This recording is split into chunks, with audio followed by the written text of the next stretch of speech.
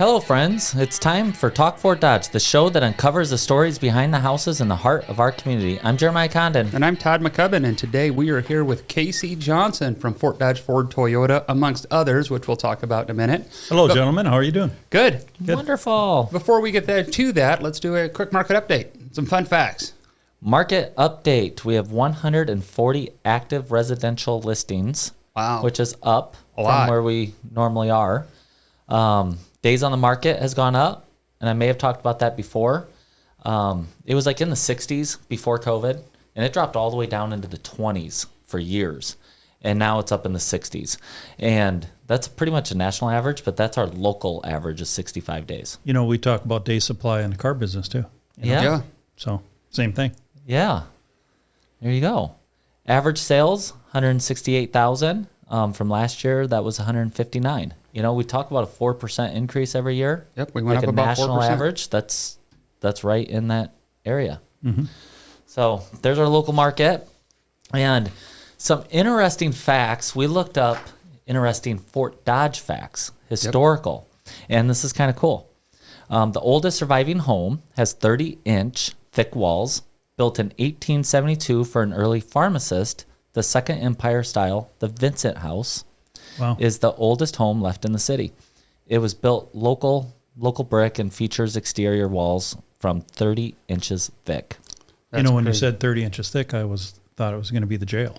Yeah. Yeah, that's true. Or the prison. Yeah.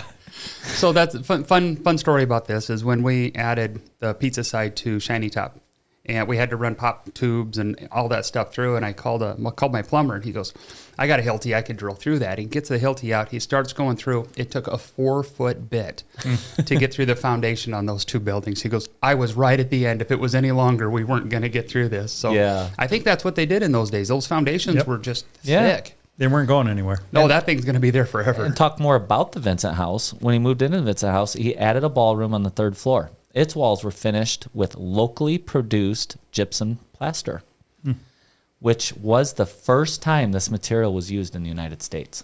And now it's used in almost every piece of wall in the country. Right here in Fort Dodge. We Yep. should do a whole piece on U.S. gypsum. Oh, yeah. Because that's like the foundation of Fort Dodge. Bill really. Griffel in and talk about that. Yeah, a lot of wallboard out of this county. Oh, yeah. Yeah. Pioneer storekeeper David Fessler, who traded furs with local Indians, built his home at 1110 Fifth Avenue North in 1869. The large kitchen served as a trading area where Indians would sell their furs. Yeah. So there's a couple others. The First National Bank building, constructed in 1908, is a prominent 6-story, early commercial-style building in the Fort Dodge Downtown Historic Building. The building was later renovated and converted into apartments. Probably the Sears building? No, that's the Six. it's one up the street, the Wakanza. Wakanza. I think it's the Wakanza. Don't quote me on that. I didn't research it. But Those buildings aren't going to fall down either. those buildings are they're 100 and some years old. Unless and they're we so take them solid. down, but yeah, that's another story. Yes. Yeah, and speaking of downtown, they do need maintenance. So, I mean, we do need to get after maintenance on some of those old buildings downtown because it has been 100 years. Yeah. Yep. That's a while. A lot of rich history in Fort Dodge and, along the Des Moines River and how it was settled and the original fort and all that stuff. And it's pretty neat. It is. We talked about that there's only one wall left of the original fort. Do you know where it is? I don't. It's on First Avenue North, across from the old school, right there, the Doyle water building, Sure. H2O building. Okay. There's one wall, if you drive by there, that you can tell is super, super old, and that's an original wall to the fort when it was here. Well, one of the buildings. It wasn't really a fort. It was just a bunch of buildings. But Okay. that's where it is. It's still standing after all these years. But now let's get There we to are. the best part of the show, Well, I don't know about that. The encore. the encore. So, Casey, tell us a little bit about yourself. Well, we moved here in October of '96, so next month is going to be 29 years for us. My wife and I and our 2 boys, Matt and Nick, and on a dream, to buy and own a business. And we basically took all of our life savings and purchased a dysfunctional Ford dealership from Ford Motor Company because it All was in. one of their minority training dealerships that they had throughout the country, and it just wasn't working out for them. Wow. That's cool. And yeah, it was. I remember it being other stuff before that, and it was It was Westwood Ford, Century Ford, Tom Kelly Ford. There's lots of names, lots of personnel in and out, and about the only two things we have left from that original dealership, which was Century Ford when we purchased, is Steve Powell and Kyle Kenseth. Everyone else is gone. Both pretty well-known guys. So, we walked up there, and it was a one-car showroom on a small, what we call a postage stamp lot, and 8 service bays.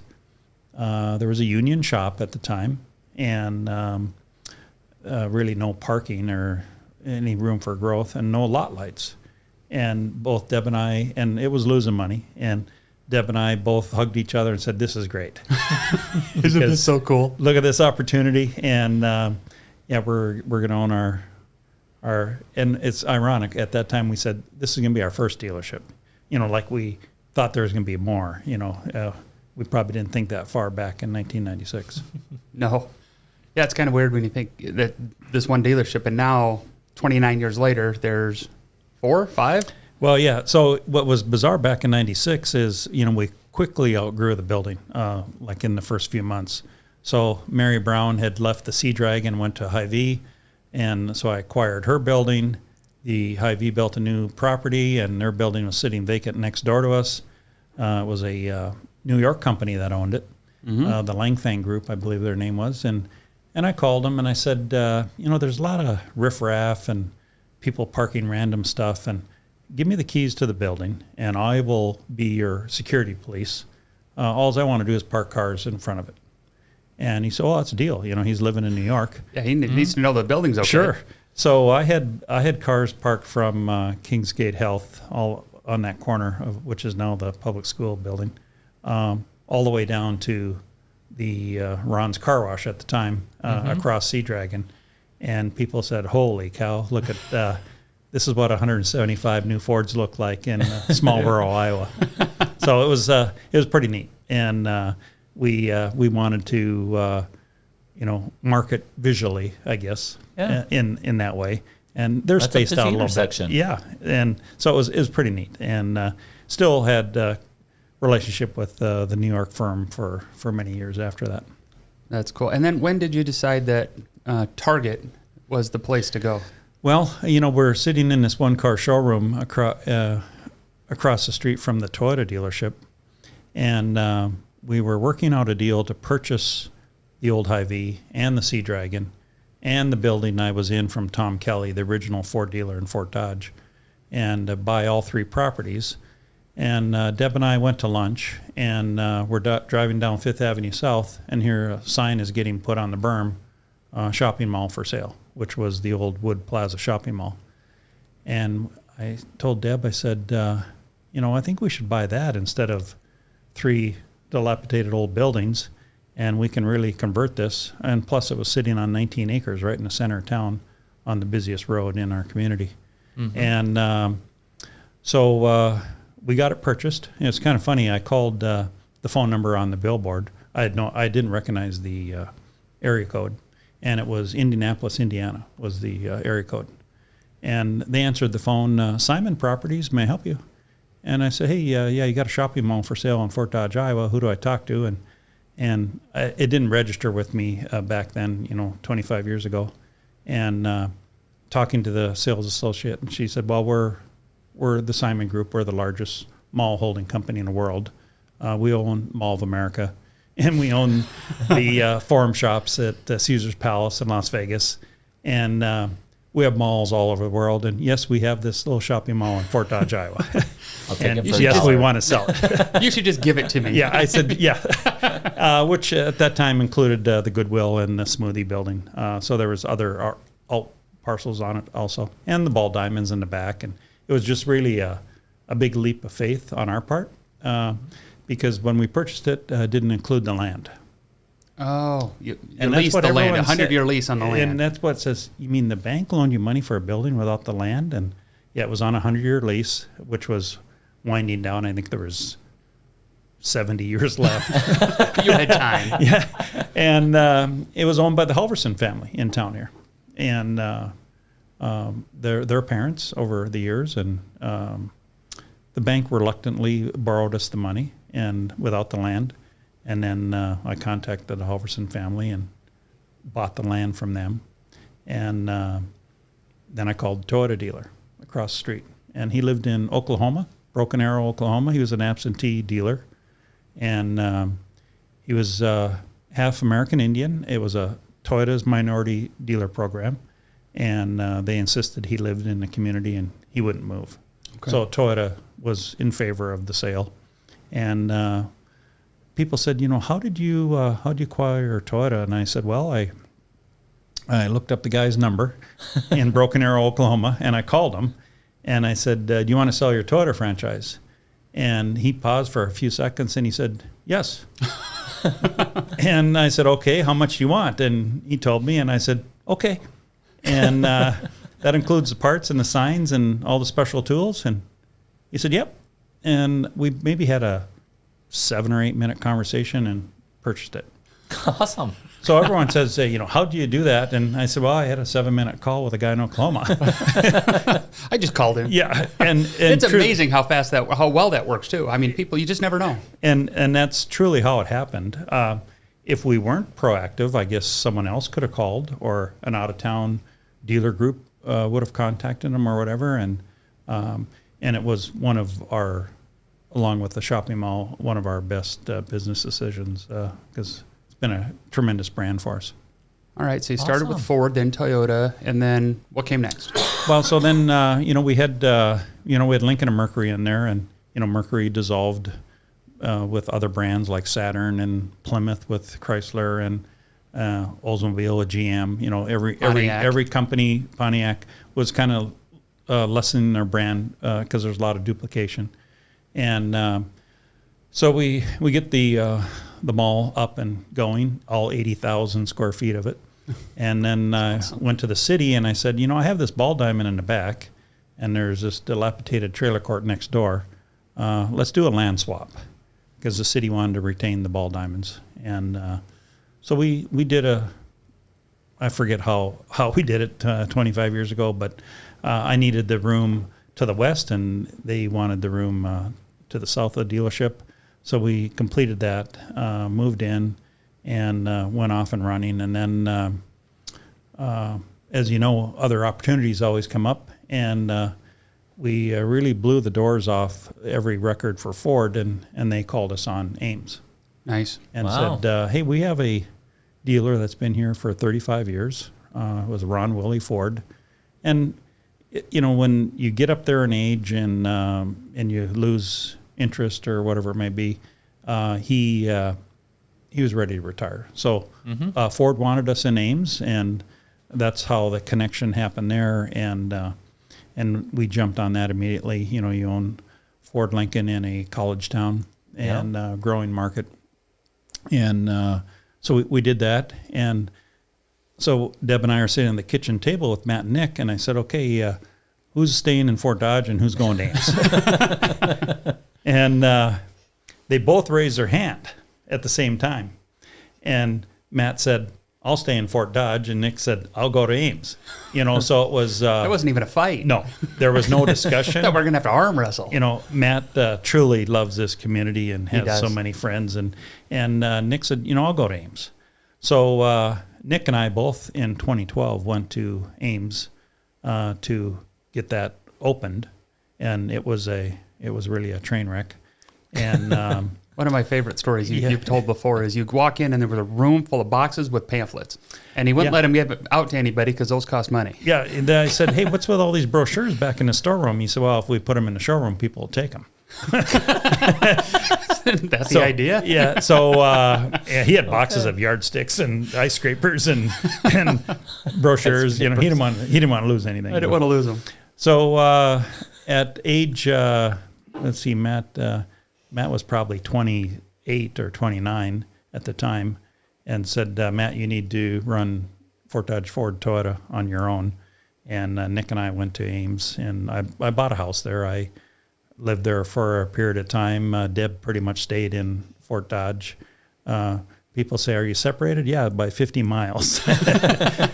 And then I didn't really enjoy with Deb here, so I just ended up commuting back and forth every day. And so 2012 we did that, and then 2014 we tore down the showroom and built a brand new showroom, the first Image 3 design for Ford Motor Company in Iowa.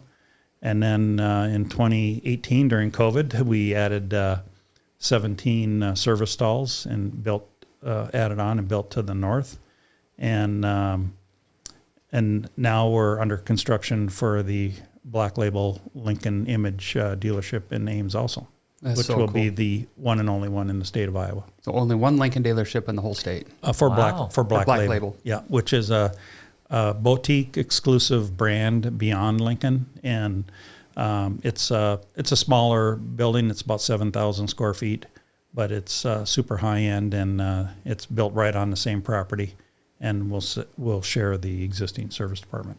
Awesome. And now one more vision or one more thing to this story that happens here in a month or so. Well, and then in between all that, we also there's purchased one the more. dealership in Nevada, which was struggling, and we moved all the staff and the inventory and the techs to Ames and consolidated everything so that we lease out that property. But then about a month ago, and I have the highest regards for this family and respect, is we purchased Shimkat Motor Company. And after 78 years in the business and 3 generations, Bruce and Ed Sr. and their nephews, Bill and Ed Jr., made the decision it's time to move on. That's So quite the footprint. That's big news. yeah, so we're excited. So we'll and we have another one coming down the road. So, Oh, man. So there'll be more announcements to come. The grandkids aren't quite old I enough to was start going to say, running you these, are need they? more sons or more grandkids. Well, yeah, and I'm going to be 69 in a couple of weeks. So yeah, but no, it's unbelievable when you think in 1996 a one-car showroom on a leased property with all of our life savings in it, to the shopping mall in Fort Dodge, and now Shimkat's and the Toyota brand and the Wood Plaza, and then Ames, and then building on to Ames, and then the Lincoln showroom. And so it's been a whirlwind event, and tremendous support from my dear wife, Deb. She's right there beside She's pretty me awesome. every step of the way. And it takes it takes a team. Yeah. I've known so many people that, they're in one relationship and it seems like they struggle. Something happens in another relationship, and all of a sudden it's like, how did you change so much just by the person with you're with? And it comes to that support. Yeah, And that team that grows with you. We wouldn't be doing any of this expansion without Matt and Nick, because they are taking the lead as the second generation. Technically the social media end of it and how digitally businesses exploded. So they have the helm of the dealerships, and they have as much ownership as Deb and I. So we're own all the operation as a family. So they do a tremendous job, and they got supportive wives as well. So that helps. Yeah. That makes a big difference. Yeah. This is off topic, but every finance thing you listen to now, talk about the greatest finance decisions you're going to make in a lifetime. In the top 10 is your spouse.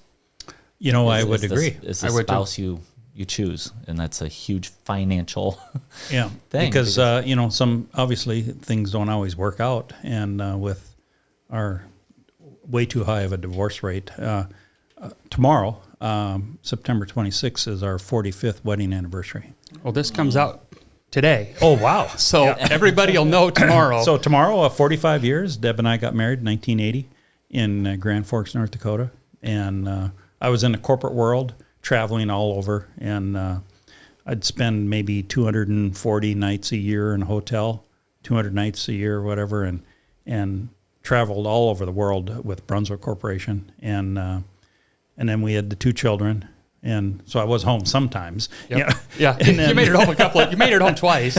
and then I like that, and yeah. And then, and it doesn't always happen the first time, so you got extra nights.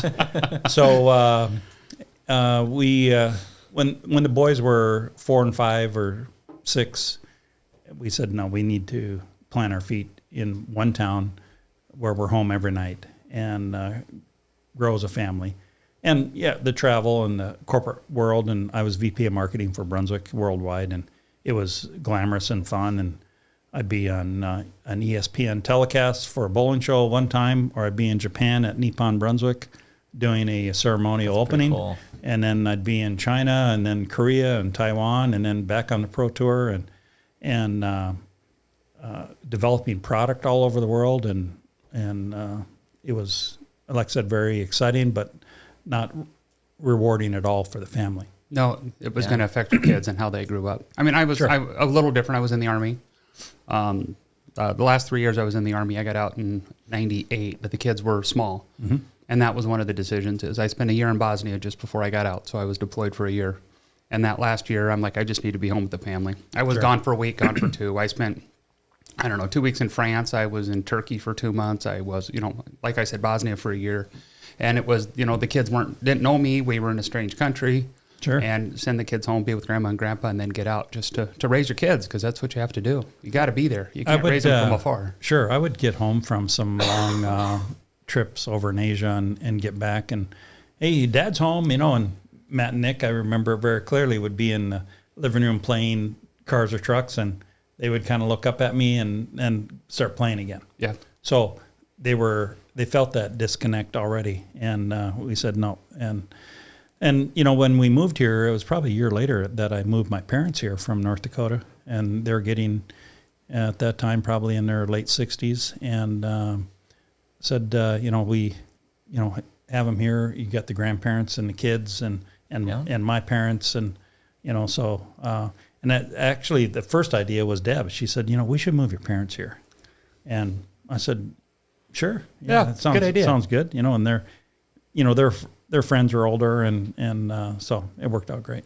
Yeah. And I want to tell you, we've been to IAPA, I don't know how many times, because of the Fun Center. And every time I walk by that bowling alley, I swear, I think of Casey Johnson, because he's the only one. I know a lot of Brunswick people now in AMF, all those people, but I still think of you when I walk by that Brunswick thing, because I'm like, he worked for Brunswick. He's kind of the only person I know that was at that level at Brunswick, and I know a couple of them now. But it's kind of cool when you go to those big shows. Yeah, when you're on an ESPN telecast, and I would do the color commentary and stuff back with Denny Schreiner in the old days, and ESPN had taken over some of the broadcasts, and the old Chris Schenkel and Nelson Burton Jr. on ABC and Saturday afternoons kind of went by the wayside. And, I remember watching it as a kid, and then here I'm on the show, and I thought, this is just bizarre as heck. Something's not right here. And Matt and I and the boys, we all had a passion for bowling. We enjoyed it most of our lives. Yep, that's awesome. I want to talk a little bit about giving, because you have given so much, and I'm on the Trinity Foundation board, so if your ears have been burning, it's people have been talking about you. Talk a little bit about the new surgical center. Well, we just had we've had several meetings and board meetings over the last handful of months, and this really started with Deb. Deb was on the Unity Point board for years, and she really made a presence there, and she was picked her hand chosen to be on the state board for Unity Point, UPH, and UPC. And so Deb is on the state level for Unity Point, and said, we need an urgent care in Fort Dodge. We see it in other communities, and so she was really pounding the table on the state level. We need urgent care. We need urgent care. And her, along with many others, that happened. And then she changed her focus. We need a surgical center on the state level. And as everyone knows, it dates back to 1979. It just long overdue. And she really championed that for the city of Fort Dodge and on the state level, because this is Unity Point's largest individual corporate capital expense within their network of 8 rooftop regional hospitals. So Des Moines gave it the blessing and moved forward with this $40 million project. And there's some that came out of the Unity Point Trinity Foundation. And then Deb and I were selected as co-chairs to raise the other $3 million which we're right on the doorstep of completing that $3 million goal. Well, I will say I gave 5 times more than I was going to because you inspired me. Seriously. I great. probably used a lot of friendship and door knocking, and there's been people that have been very gracious and kind. And I know there's a wonderful anonymous gift in town that is doing a matching run here toward the latter part of the campaign, and they're a true blessing in this community. And so that's really helping out to get us over the finish line. And we are going to have a beam signing in probably the first part of November. I think it's in my calendar for the first 2 weeks of November. Yeah, and not an official date yet, but we're going to be, when we raise that beam, we'll have it out there. And we want St. Ed's and the public schools and the kids to come out and sign this beam, and along with the Growth Alliance and the business community, and really celebrate it. And the targeted opening on this, I believe, is February of 27. So there's about a year and 5 months left of construction, but the mechanical, the foundation, the footings, and all that is in place and moving along quickly. And if you go out to the hospital, I think you can still see it when you go through the little turnstile. Mm-hmm. You can look over on your way out and see right down in the hole. Oh, It's so freaky looking down. You're like, oh my gosh. But it's so cool at the same time because you don't get to see that stuff every day. Sure. And as everyone will notice, when you approach the hospital, our beautiful cancer center is to the right, and the surgical center will be to the left of the main entrance. And what really got me intrigued about this is I was diagnosed with cancer last year, and people asked, hey, where are you going for your surgery? And are you going to Mayo? Are you going to Iowa City? Are you going to Des Moines? And I heard so much of it. I said, I'm going to go to Fort Dodge. I'm Dr. Crew, great guy in town here. And I said, I'm going to do the surgery in town. And I got some puzzled look, and then I got a lot of people, appreciate that. And, my surgery was turned out wonderfully. All my follow-up tests have been negative, and I'm cancer-free at the moment. So congratulations. So it was really a turning point for us, on what Trinity and Unity Point did for ourselves as a family.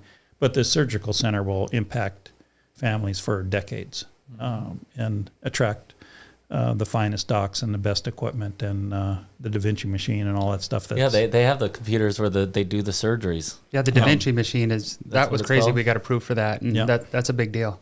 New MRI machine is going in here shortly, and and again, hats off to Leah Glasgow. She came in and really took the lead and charge and made things happen, and she's a fabulous leader. She's a doer. We're going to have her on the show. We're just trying to get a date to get her on here. So I wish ask her all the same sure, questions. I'd be on here with her because I adore her. She's just an amazing example of what leadership can do for an organization, and she's one of a kind. I got the call from her to be on the foundation board, and I'm like, yeah, that's great. And then 2 days later, they announced they're doing a capital fundraising campaign.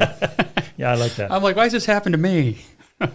So yeah, it's that's very near and dear to us. And then, as you know, in 5 weeks or 6 weeks, we got our annual Thanksgiving meal coming up, and that has grown each and every year. And again, so thankful for Iowa Central's partnership with the culinary kids. And I always refer to the 3 crown jewels in town: Iowa Central, Friendship Haven, and Trinity Unity Point. Those 3 connected real estate businesses right here in town are just a windfall for all of us and what they offer.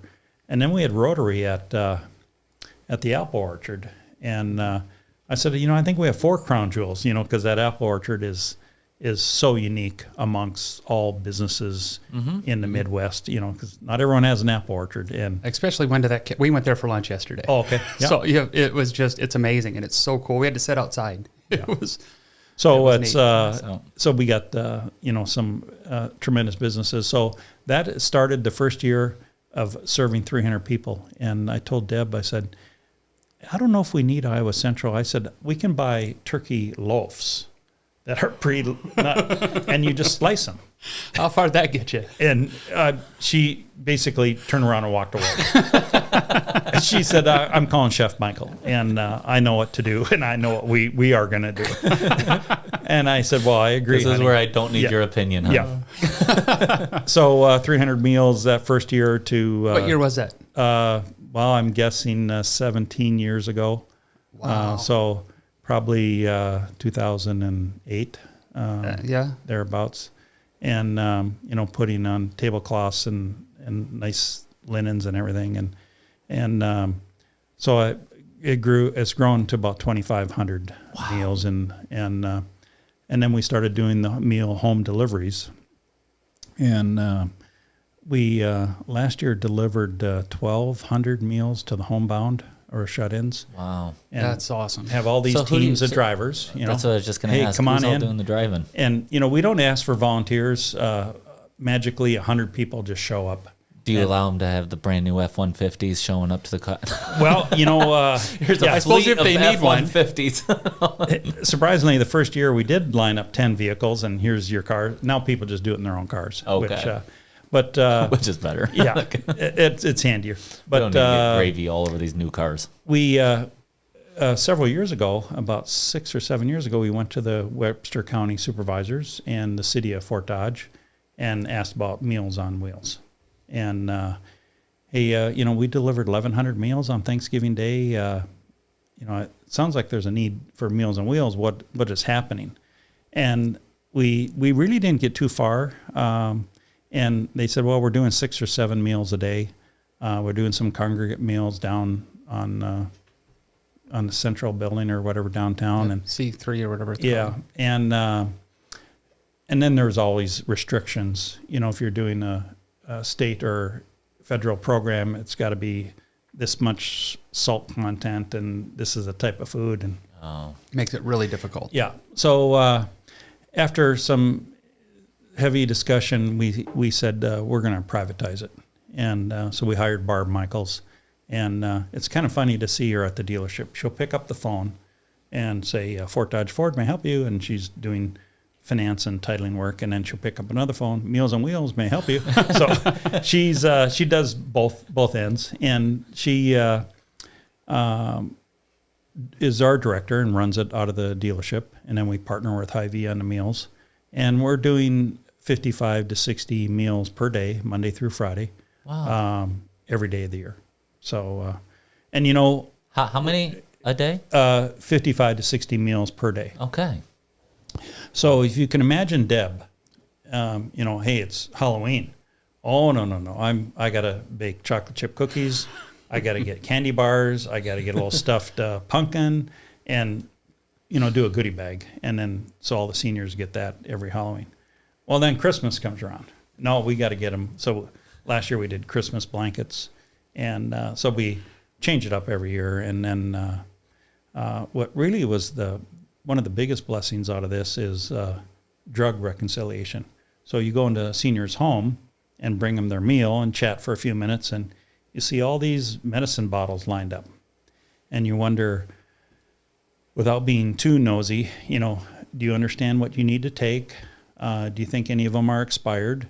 Do you understand the routine and when you should take them? And the answers are usually no. I lost my train of thought on that. So that's where we get a hold of Unity Point and have some nursing staff help out and try to get them back on track. And that's been kind of a side benefit of the whole thing. And that's almost a bigger benefit than the food in some cases. Sure. Get their meds right, get them where they're supposed to be. I never even thought of that. Yeah.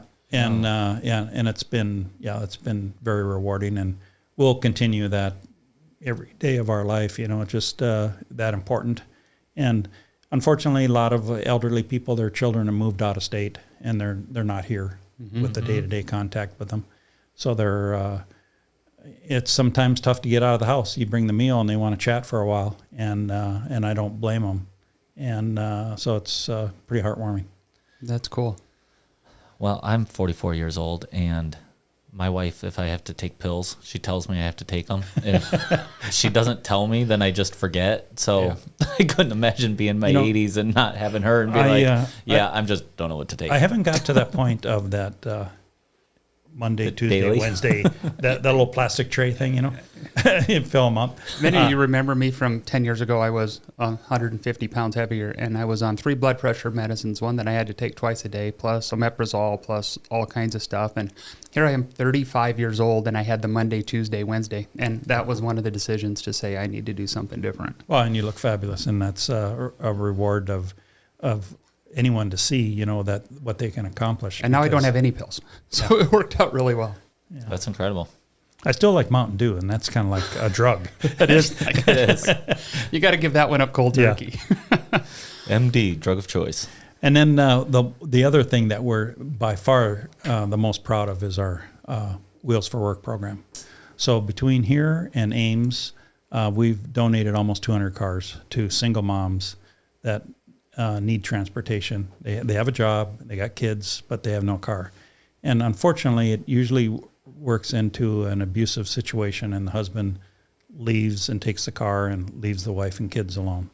And so we have really stepped that program up, and again, partnered with United Way on the screening of the applicants. And boy, that's a tearjerker when we give a car away. It can be, and it's a new car to them. But obviously it's a $2,000 or $3,000 older used car, but gets them from A to B, and it allows them to have a job. Oh, sure. I mean, before that, can you imagine trying to walk somewhere you have 2 kids? A car is all of a sudden the road to your own freedom. Oh, it can change people's trajectory. My father-in-law would always go to this place he lives on the side of the mountain in Prescott, Arizona. And there's this guy that his car broke down, and he was just stuck in his little town. And they always like to stop there and have a cocktail on their way up to the mountain. And so they were just trading in their minivan, and the dealer was like, $1,000, and they're like, no, we're just gonna, and they just drove it up there and gave it to him, and they're like, oh my gosh, this guy was just blown away. And like the story they told is just, it's beautiful, and it's all like this $1,000 minivan that is on its last leg, but it's amazing for this individual. I learned to keep my composure now, because I've told this story a handful of times, but a lady got her car. She called me and said, hey, Casey, we went out for ice cream last night. And I said, well, that's fabulous. And she said, well, you don't understand. A year ago, we went out for ice cream in a taxi cab. And when the kids got out of the taxi cab, the other kids there from their class laughed at them because they took a taxi cab to get ice cream. Mom put them back in the taxi cab. They haven't been there in a year. So they got their older new car. And she said, first thing we did is we went out for ice cream. That's so cool. So every time I have ice cream, I think about them. Like you mentioned something, talking about it happened, walking by the Brunswick guy. So it's fabulous, and we'll continue that program forever and ever. Yeah. Being a business owner in Fort Dodge, what's one of your proudest moments of what's changed and what's over the last 29 years? Yeah. So obviously the city has transformed itself through a lot of. And we can include ourselves and many other businesses that expand and grow an existing business. Everyone wants that new plant, that new manufacturing facility, that new whatever. But when we bought Century Ford in 1996, it had 17 employees. And now we have 85 employees. So is that equivalent That's a big deal. to 2 small manufacturing plants moving into town? And they're living wage. Yeah. Right. And, and we have diesel tech. We have some very skilled and high-paid positions. So similarly in Ames, it was under 20 employees, and now we have 70 employees there. And, hopefully, and anything we acquire, you need to grow it because it's stagnant or whatever. So, but along with that, when we built on Fifth Avenue South, and Terry Lutz was the mayor at the time, and he was working on the Envision 2025 plan or whatever, maybe 2030 plan. Yep. And he had a vision for Fifth Avenue South, the corridor of commerce. We had guide wires, and we had all this stuff going on. And I remember calling Dennis Plotz when we bought the shopping mall, and I said, there's 3 wooden telephone poles on our property with some old lights hanging on them. I said, I'm going to put in 72 lot lights, and I don't really need those 3 wooden poles along on the berm. And I said, I think they're maybe shining towards Fifth Avenue South, or they're just shooting down. And he, chuckled, and he said, you can take them down and put up your 75 light poles. And so when we built, I think I witnessed Burger King rebuilding, Walgreens rebuilding, McDonald's rebuilding, around the corner with, the Buffalo Wild Wing. Just saw from that area all these things changing. Mm-hmm. And Terry Lutz was there at our ribbon cutting. He said, this was the catalyst to get things going on Fifth Avenue South. And I shrugged it off, and I said, well, thanks, Terry. It's real nice. But it was one of the first major redevelopments on Fifth Avenue South. And what we did is, as Wood Plaza Shopping Mall, that was probably built in the 70s, I guess, as an original Target store. Mm-hmm. It was looking pretty rough. It was just a kind of a rotted up grassy asphalt field in front, and half the businesses were closed, and the smoothie building was empty. And so we when we redid that, and then we expanded the Goodwill building and got rid of the trailer court, I think it really spurred a lot. And then, which brought us to the next step of a couple years ago, bought the last part of the trailer court in the back on the south side, and then purchased the properties behind Walgreens, because blighted or dilapidated areas really slow progress down. And so we're very fortunate to be part of it, and people don't have to purchase from us. We're very fortunate to grow the business. We sell a commodity. You can get it, anywhere. You can go to any Ford dealer, and we feel honored when we can earn someone's business. And I always told people, there's 2 things we live by: is we get to versus got to. They got to do something. No, we get to do something. That's what we're here for every day. And then on my wall in my office, I got E plus R equals O. And we tell our staff, for every event, you're going to have a response, and that response is directly going to impact the outcome. And so if something happens with a guest, and how you respond to that guest is going to 100% determine the outcome.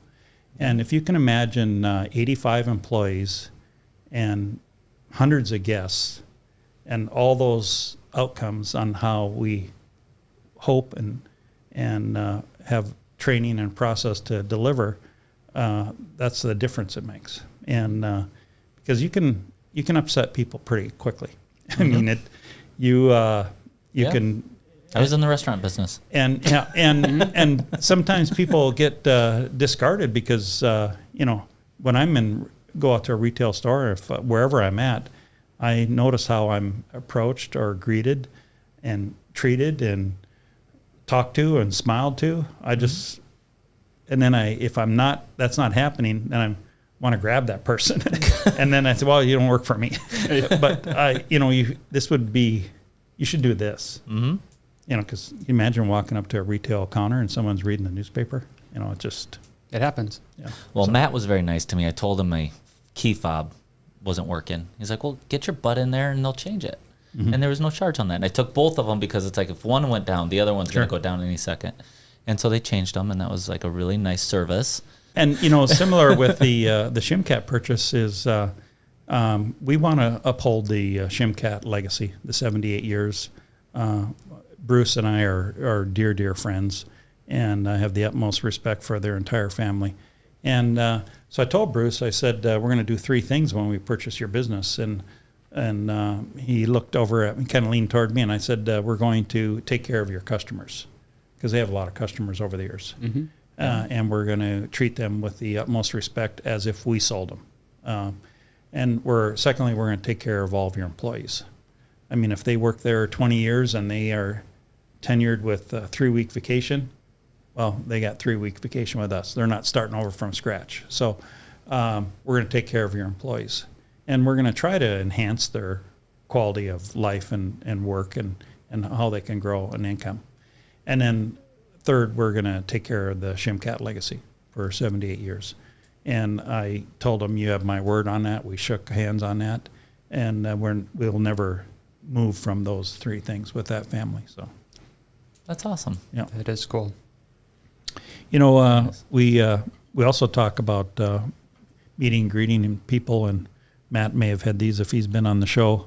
We have mission, vision, value cards that we want employees to have in their pocket when they walk around, and not all of them have them all the time, or it's in my other purse or whatever. And mine get kind of beat up after a while. But we have 7 core values that we want everyone to live by, and one of them is the value of being a good community citizen, and that's our Thanksgiving meals and our Meals for Wheels and Meals for Work. And then we have our operating philosophy and our brand promises and our vision and goals. And these are things that shouldn't be a plan that's put on a piece of paper and then put in a file cabinet. These are pieces that should be walking around and breathing every day an employee is on the job site. It's one of those things you hope you have to replace them once a month. Yeah, exactly. Yeah, hey, my cards wore out. Wonderful. Perfect. I got one. another stack. And if we see something that's not right, I prefer to do a real world or real time one-on-one. I said, hey, I noticed this with that guest, and it can be posture or reaction or language, and oh yeah, I apologize, and yeah, I understand. And so we try to, again, in a good way, and because we want a great culture and everyone be happy. Because you know what Matt's title is? What? Director of Happiness. It's on his card. Ask him. On his card. You knew, didn't you? You knew what his title was. Director of Happiness. He's the Director of Happiness. And we'll go to national meetings, and there's 400 people in the room, and we all get up and introduce ourselves. I'm Casey Johnson, dealer of Ames Ford, Fort Dodge Ford. Matt gets up. I'm Matt Johnson, Director of Happiness. So, and Nick doesn't use that title. So they get a little different personalities. They do. But so those are real important to us. And you can call it company values, personal beliefs, our mission, vision, values, or whatever. But when we do the onboarding, when we hire people, because when you have between the two locations 170 or 180 employees, you're going to have people coming and going every month. Mm-hmm. It's just people move or they retire or whatever may happen. And because we have a lot of college kids and things. So onboarding is real important in how we talk about our philosophy and our values. Yeah. Awesome. We had one old business owner that I know he kept a list in his pocket all the time, but it was a list of the people that owed him money. And I heard he didn't want to make phone calls or whatever, but he'd be out in the town, and if he's at J-Mars and he sees one of the people on his list, he'd just go over and talk to him. Be like, by the way, Don't let me look and see. I think I have the price here. You might want to pop in there. And thinking of my father-in-law, he had a little Deb's father. He had a little book in his front pocket and spiral notebook, a little skinny one, and you'd flip it open, and that guy owed him $7, and this guy owed him $5, and so it's that's a generational I think our thing. broker still holds a card like this that has a 1991 amortization table. Yep. Because So every tell you once in a about what while your he pulls payment's it gonna out be. and it's like, this is what your payment would be. It's like, a little outdated, but Funny part about that is it's so outdated that I don't think it goes down to 4 or 6% interest. I think it's because in the 90s it was like 10 was average. So it doesn't even work anymore, but he still keeps it in his pocket. Deb and I bought our first house in 80 or 81 after we were married, and I think it was 13% mortgage rate or something, and we bought it down, a point or something or whatever, but. And then, obviously, the next big craze in this industry, and we just got back from our national dealer meeting with Toyota in Las Vegas, is the industry trends on where things are going. It's just absolutely crazy with the EV, battery, and hybrid, and plug-in hybrid, and hydrogen with Toyota. There's so many technologies and things coming out. And so we have the charging stations at the dealership, and we're going to hook up and do a transformation on the Blink charging at the Shimkat site and get that up and going. And so it'll be part of the future, and to what degree, because it seems like hybrids is really driving. That's the question I was just going to ask. Do you think hybrid is like the big new next thing? Yeah, hybrid is everyone was on BEV, which is battery electric vehicle, BEV, and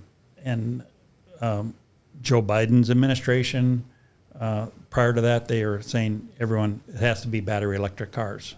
We're done with the internal combustion engine. Well, the consumer wasn't. And there's applications where they need it. And then the minerals to make these batteries, the precious minerals, and how they have to be mined, and most of them come out of China, unfortunately. And there's very limited mining in the U.S., in North America. And so the philosophy behind it was definitely challenged. And then the range anxiety, can I drive to Minneapolis where's my next charging station? So we see as a two-person family. I had a Webster City guy call me and said he was coming through Fort Dodge, and it was like 9:30 at night, and he's like, "Do you know anybody who owns a Tesla? Because that's what I got, and I can't make it home, and I got to stop somewhere and charge it, and I don't know exactly where to." If you got the adapter, they can stop it. Well, we have a plug-in hybrid, Grand Cherokee. So I gave him one person, and it's the best thing ever. So we have level 3 and level 2 chargers at the Ford dealership, and we charge Teslas every day. So it's all the adapters are there for Tesla, and so I can tell them to go there. Most certainly, and now it'll be on their app because it shows as a charging station on their app. And it was interesting the other day. Matt and I were out there, and there was 9 or 10 different cars throughout the course of the day. They were charging, and one of them was a Webster County plate, and 3 of the cars were out of state. So it's become known as a spot for charging network, because the typical Hy-Vee or convenience store has one charger. Sometimes they're not all operational, and but we really watch over them, and so it's getting a lot of usage. And heck, I think we made I bet we made $800 last week on last month on charging. There you go. So it's not a moneymaker. No. It costs us $1 million to put the charging network in. Wow. It's a long time at $800 and a month. $800 a month, it's not gonna pay. And all the times it's gonna break down in between now and then. So the dealership runs on 1,200 amps, the entire dealership. With Mid-America, we had to bring in 3,000 amps just to run the charging network. Oh my goodness. So almost 2.5 times the dealership just for the charging network. And that's a lot of lights. I kind of want to plug in mine to see how fast it charges. I might stop by just to plug in. Yeah, because you can do a quick charge on the level 3 charger, and you pay 2 or 3 more cents a kilowatt hour, but it's still a bargain to charge compared to filling up your car with gas. And typically you charge you spend $80 to fill up your truck with gas, or $18 to pay for a kilowatt hour. So it's there, and if you do a lot of close commuting, it's a great idea. We fill Joyce's car up once a month. My wife's Grand Cherokee, because we never leave town with it. If we do, we fill it up. Sure. But it goes 25 miles, and I mean, how often do you drive more than 25 miles just around town? It's perfect. It's the best thing ever. So, now I think about it, we're going to be your Grand Cherokee Jeep dealer, I guess. That's right. With it comes Dodge, Chrysler, Jeep, Ram, Fiat, and Fiat has electric car, and Toyota is really the leading force behind the technology, what they're doing, and have by far the most BEV hybrid plug-in vehicles out there in the market, because they've been doing it for so long. Yeah. Awesome. Beautiful. Yeah. Well, thank you for being on the show. This was great. Well, that just, you think, hey, what are you going to talk about? And before you know it, time's up. I know. So I'm honored to know both of you personally, and you're close dear friends. I appreciate it, and the things that you do in the market. And boy, we live in an amazing city. We do. Yeah, and that's why we call it Talk Ford Dodge, and you fit right in that. Yeah. Like all the community work that you've done, we appreciate that, because you've done nothing but make things better. Well, God bless all the listeners out there, and yes, it's a great town. Awesome. Thank you. Thank you. That's a wrap at today's episode of Talk Fort Dodge. Stay connected with us on social media, and join us next time as we continue exploring Fort Dodge's stories through the lens of 2 lifelong Dodgers. I'm Jeremiah Condon. And I'm Todd McCubbin, and this is Talk Fort Dodge.